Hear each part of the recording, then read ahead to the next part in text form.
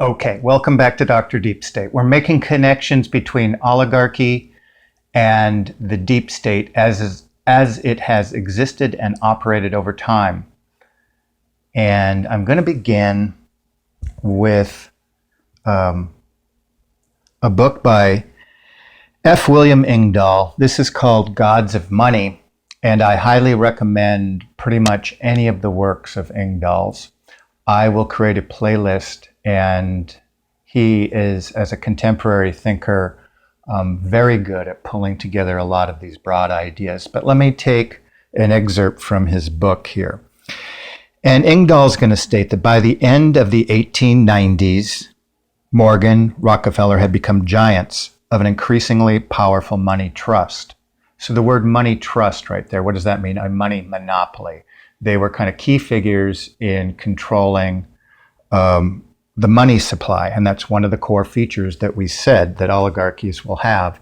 They're going to control the money supply. They're going to create monopolies. They're going to shape human perception largely through abstraction.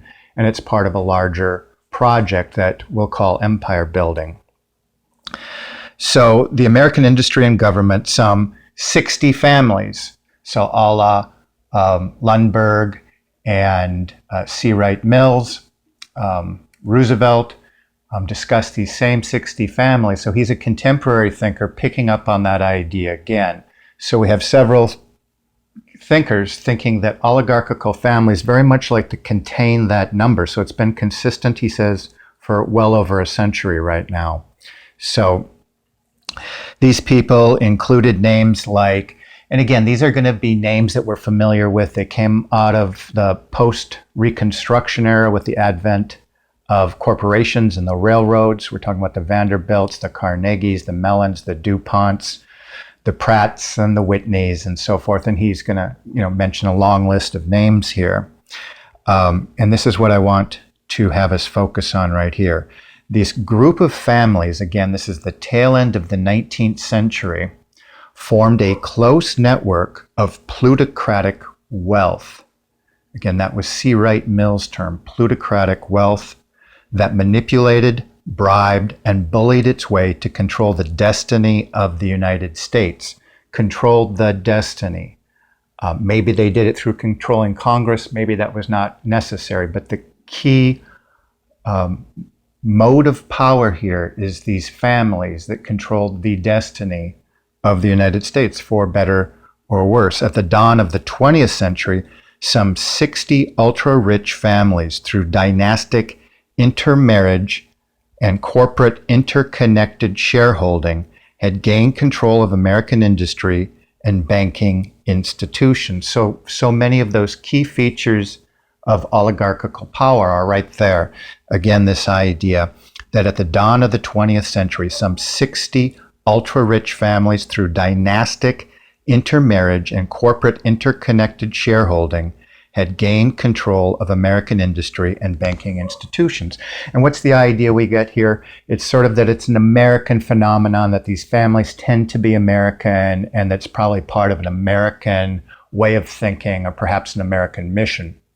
But I'm going to broaden this right now. That when he says these dynastic families, through corporate connections, he's really talking about something much broader, much more international, and something with a much deeper history. He happens to just be focused on the apex of power and its rise in the early 20th century. So what I want to introduce right now is this idea of empire, and I will develop this a little bit more. But generally in history, empires laid out with this idea through history, that means written and recorded history, that begins with the Mesopotamian Empire, again between the Tigris and Euphrates River, and then we have an Assyrian Empire and a Persian Empire and a Greek Empire and a Roman Empire, and then we shift over to maybe a Holy Roman Empire, Spanish, Portuguese Empire project, Dutch Empire, British Empire, then perhaps an American or an Anglo-American empire. And we're presented with these things, again, through the university system, where it's an unfolding of accidental forces. And we never think of this as being one continuous project. And when we start doing that, a lot of dots are going to start coming together as we read and think into the future. If we can hold that central, very powerful idea together, that it's one long project. And I'm going to introduce one thinker that agrees with me on this, and his name is Webster Tarpley. And Webster Tarpley has written a great deal about oligarchy, in particular the Venetian oligarchy. He has a book called Against Oligarchy. A great biography, or the unofficial biography of George Bush, talks about some strains of this oligarchy. I believe he wrote that in 1991. But he calls it the One Empire Project. And he's going to say this kind of current Anglo-American empire is not really British, and it extends back to Babylon, Rome, Byzantium, Venice, and to the very bowels of human history. The system employs unique modes of imperial geopolitics, philosophy, and social control. So this is very similar to the ideas that I laid out: usury, monopoly, abstraction, and an empire building project. And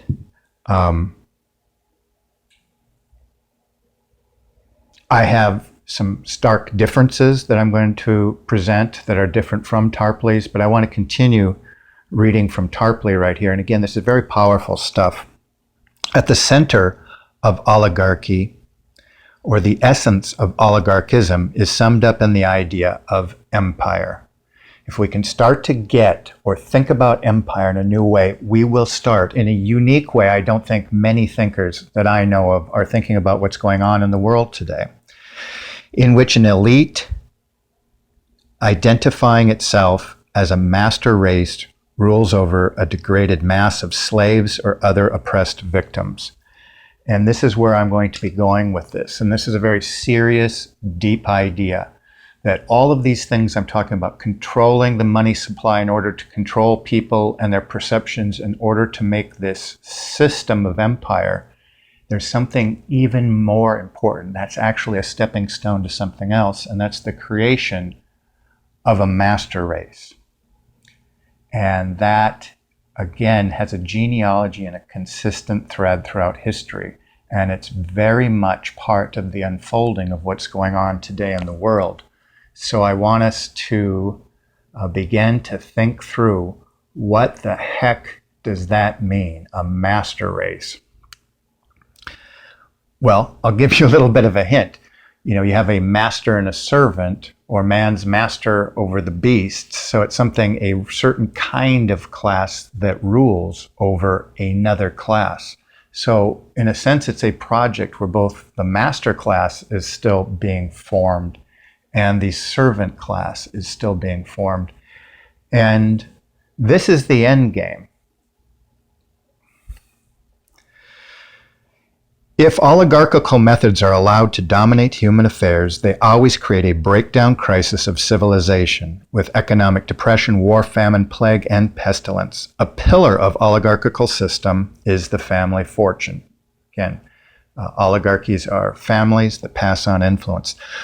The continuation of the family fortunes, which earns money through usury and looting, is often more important than the biological continuation across generations of the family that owns the fortune. So there's an ongoing project. It's biological primarily, but the system and the mode of rule is just as important. So if we can start thinking about this, and if you've heard this for the first time, which I'm sure almost all of you have, it hopefully will be the beginning of a big aha moment, where a lot of history we can read again as not sort of this unfolding of one damn thing after another, but part of a project in itself that shapes perceptions as generation after generation sort of get a new version of what happened. And that is from The Venetian Black Nobility and the Concept of Oligarchy, an article by Webster Tarpley and James Higham. So again, I'd like to wrap this up.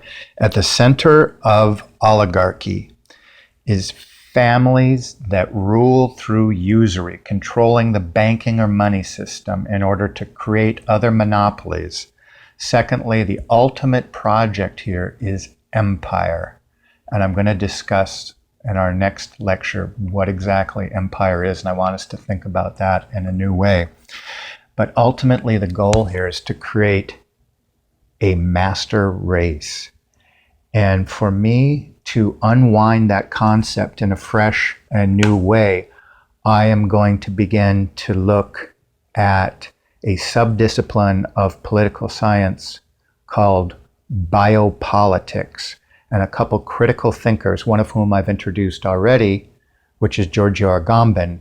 But I want to look into Foucault, and he made some connections between the secrets of empire and a master race. And very few people have picked up on some of those ideas that he presented in the 1920s. But I want to begin using biopolitics to connect with this oligarchical system that aims to create a master race and what that is all about. And to finish this off, one of the key modes that brings all of this together, usury, monopolies, empires, and master race, is the idea that essentially this needs to be a system of secrecy, or what Foucault will call the secrets of empire. And of course, when we go back all the way from Lofgren to Peter Dale Scott, to C. Wright Mills, to Lundberg, one of the key ideas here is Wall Street needs to control the security structure. The security structure needs to operate in secrecy. All of these thinkers will go, it's Wall Street itself that makes the central intelligence.